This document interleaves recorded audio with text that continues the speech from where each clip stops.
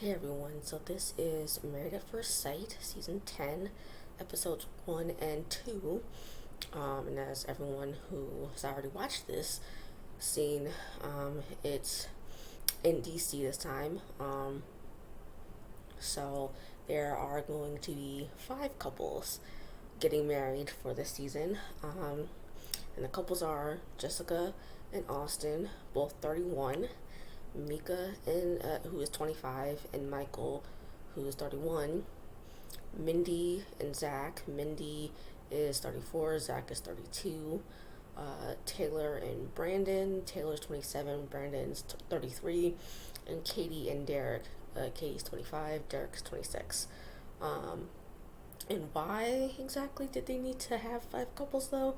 I mean, I guess I already kind of know the answer because they're trying to top each each previous season with something new, and but 5 couples is way too much.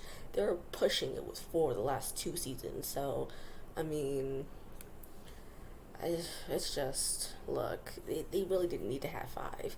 They could have kept it with 4, or hell, I would have been even more fine with them going back to 3 couples, because I mean, look,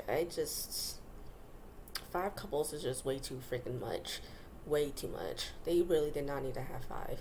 Anyways, so, um, basically, this entire first episode is seeing each couple that they pair together, um, telling their families about them going through this process. The first couple we see do this is Brandon and Taylor. Brandon grew up with his mom, grandma, and aunts. He said his dad lives in the area, but they haven't spoken since Brandon was 13. He sits down with his family and tells them the news, and as of course, he's nervous because one of his relatives is most likely not going to have not the best reaction to this news, and in this case, it's his grandma. Taylor then sits down with her cousin, whose name is Tristan, her aunt, and her mom. And she asks her cousin Justin to walk her down the aisle, and I'm like, what happened to Taylor's dad? Because at this point, I don't think we ever heard her say anything about why her dad's not there. The next couple we see tell their families is Mindy and Zach, or in this case, Zach's friends. And so I'm thinking, what's going on with Zach's family? Are we getting another Matt where there's trouble with his family? Everyone thought that there was that we didn't know about. I mean, where's his family at? Why are they not there? And I don't think we ever really got any answers, as far as I remember, as to why, Matt's family wasn't there. So it's so Mindy, tells her sister Taj, I believe is older than her, and we find out that, her sister, or their sister, Brittany, died from an overdose.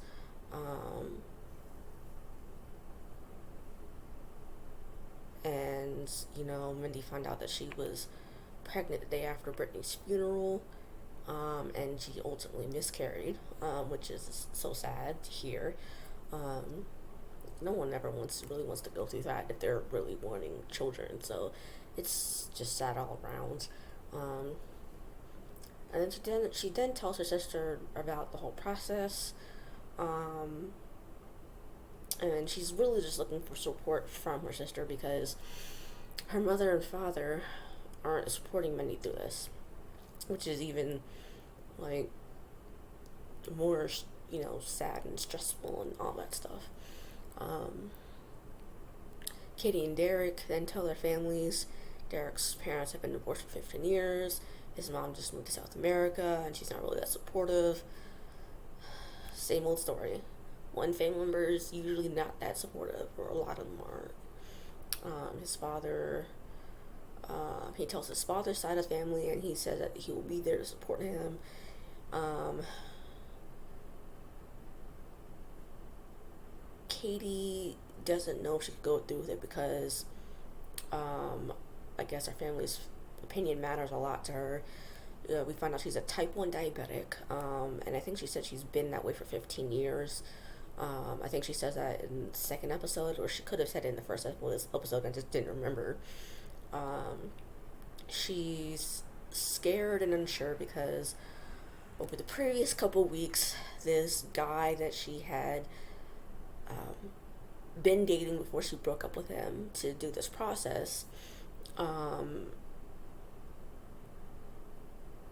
said, you know what, I don't want you to do this whole thing. I want you to come back and be with me. Typical F-boy crap. Now that he knows he can't have her, he's like, I want you to be with me because I suddenly realize how I have all these feelings for you and all this crap. So,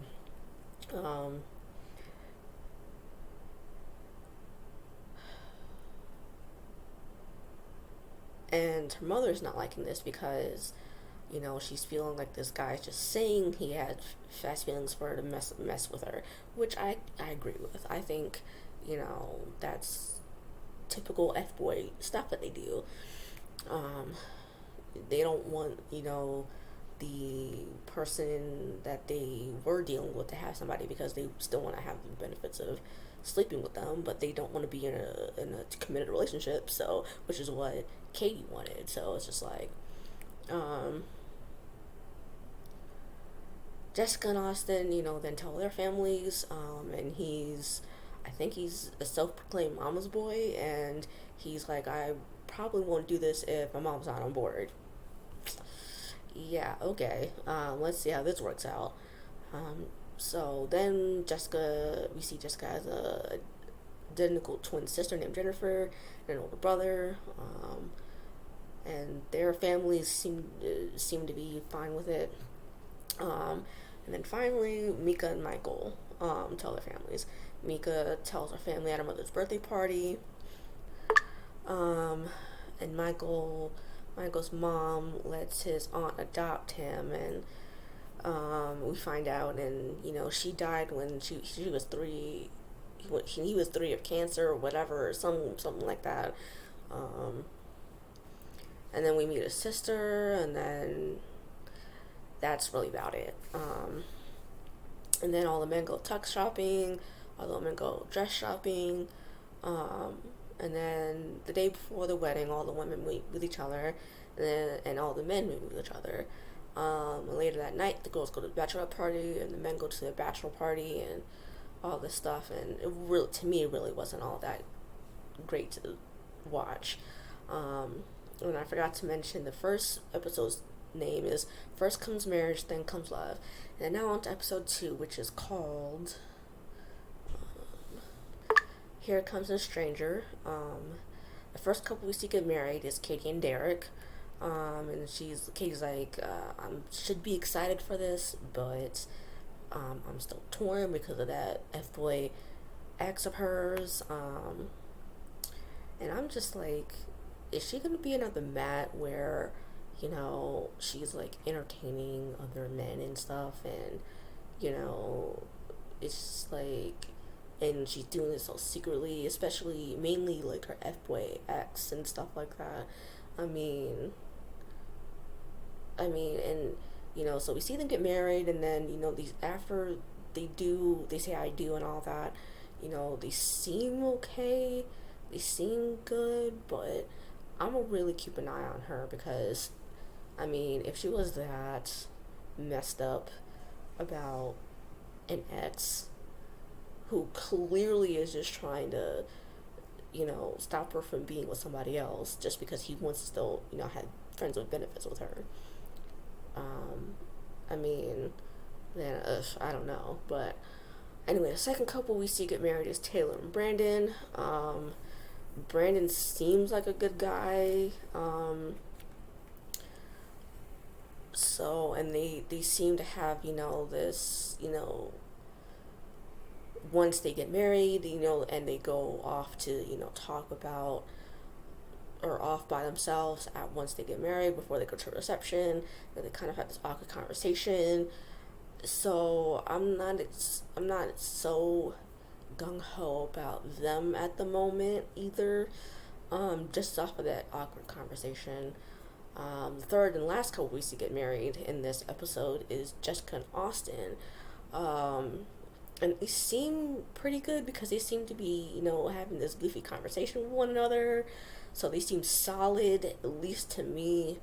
I mean, I could be interpreting that differently, but they seem good so far. And that's all. Those are the only three couples that we see get married.